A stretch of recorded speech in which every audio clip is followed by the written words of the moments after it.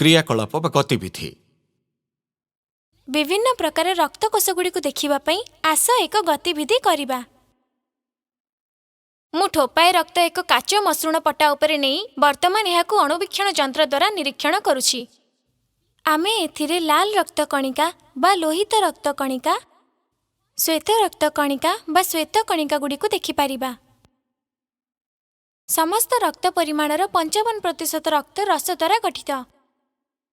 रक्त कणिका हेउछि एक जटिल तरल पदार्थ जहाँ अजैविक लवण, जैविक यौगिक वस्तु जेपरिक श्वेतक, पशु और उद्भिद तंतुरे थिबा पुष्टिसार एवं फाइब्रोजेन्स, तैलीय पदार्थ जनित पुष्टिसार, अमीनो एसिड, लिपिड्स, विटामिन, शर्करा, हार्मोन एवं वर्ज्य वस्तु जेपरिक यूरिया एवं मूत्र अम्ल को नहीं गठित।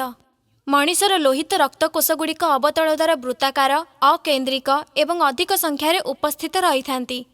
एथिरे थिबा लौहसार मध्य अनुबंध पुष्टिसार को हेमोग्लोबिन कहुए, सेथिपई सेगुड़िक लाल वर्णर अटे। श्वेत कणिका गुड़िक सूक्ष्म एककोशी जीवाणुयुक्त, केन्द्रिक एवं धला रंगर, सेगुड़िक आकार में बड़ किंतु कम संख्यार उपस्थित थांती।